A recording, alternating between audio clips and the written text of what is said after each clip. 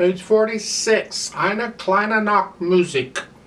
At the top of the page, they're introducing you to a new symbol now for you to know and memorize forever.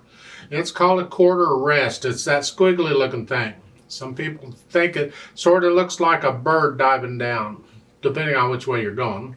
Again, it helps to have an imagination if you're going to study music. It really does. Keep in mind now, for every note, there is an equivalent rest. There's a rest that goes. So if you have a quarter note, you have a quarter rest. A half note, half rest. A whole note, whole rest, whatever. The difference between the note and the rest is the note you're playing something, you're making sound, and with the rest, you're supposed to be quiet. So you play the rest by being quiet. And rests are important, so it's important that we do it. Let's look at this piece of music on the rests. Look at the first line. You see the dotted half note? Remember, a half note's the same as 3/4 notes, and then 4/4 time, which this is, that would be 3 of those beats, but we need 4 beats in the measure. So the 4th beat is that quarter rest. So we're quiet for 1 beat. So it would be like 1, 2, 3, rest. And we rest on 4. That's it. That's how they work. Look at the top of page 47. In the first measure, you have 2 half notes, 2, 3, 4, and then a rest on beat 1. So you're quiet for beat 1. So it's 1, 2, 3, 4. Every measure's got 4 counts in it. You can look it up. It works out fine. And that's the rest. We'll cover all the other rests as time goes on, but let's just do this one little thing at a time here.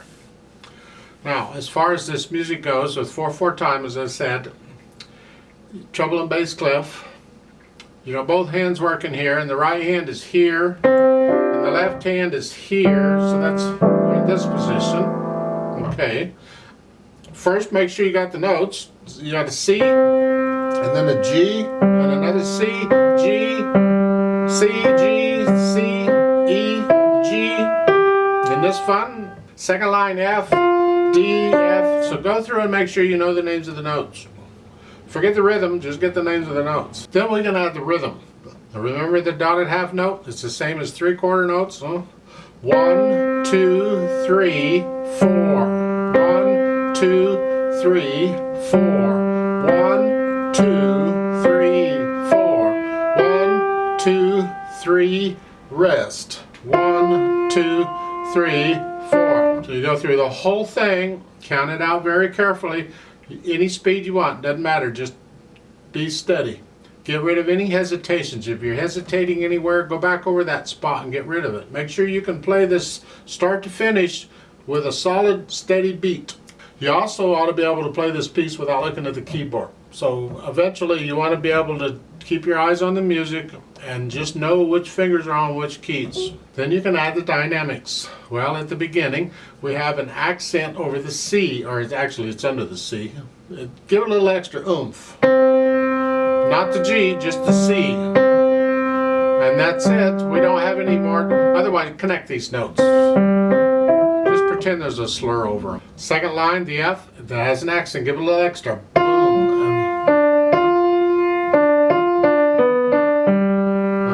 Over at page 47 at the top, now we have slurs.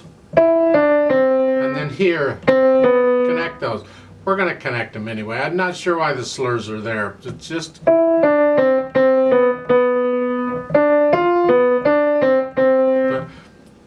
it's a little tricky, and in my mind it's a little too slurry. Look at the last measure of the first line there on page 47. It's here. That's all one slur. But then in the next line, it's a different slur. So they want a little separation. I disagree with that. I'd slur all of those together. And I suggest you do that. The same thing at the end of the second line there. I would not separate that. Slur connect it. So the last measure of the second line, connect it to the next note. Connect it all together. Yeah. I disagree with their slurs on that one. And the dynamics, it says it's loud. F is forte for loud. It's all melody, so it's all loud. Well, the accent takes it up a notch. So it's up just a louder than loud.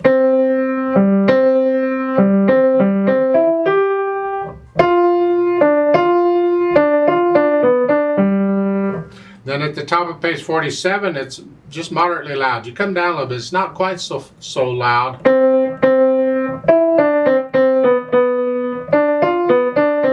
So forth. And then the last line, you're loud again, etc. You'll have to decide what louds and moderately louds and all that is. I can't help you on that one. Then speed goes, well, it says with energy. I think about as fast as I was playing is typically how fast it would go. 1, 2, 3, 4. 1, 2, 3, 4. 1, 2, 3, 4. 1, 2, 3. Just keep it steady. Whatever your speed is, keep it steady. And you don't have to go that fast. You can gradually speed it up over time. You take it your fast or your speed, whatever it is.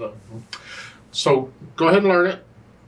And when you're ready, come back and do the play with me section. We'll check your notes and your rhythms to make sure they're accurate. So I'll give us 4 counts, and let's do that. I'm not going to do the dynamics, just the notes and the rhythms, and maybe the accents. I don't know about the slurs. I don't like the slurs in this arrangement.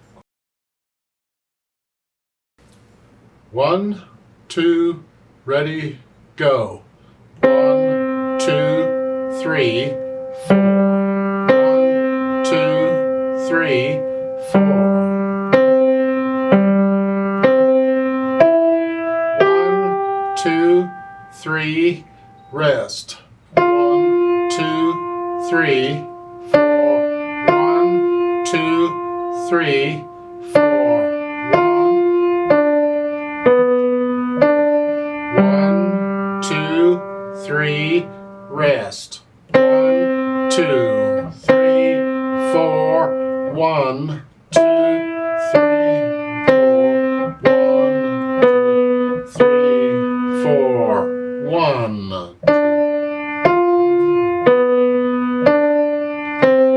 3, 4. Run.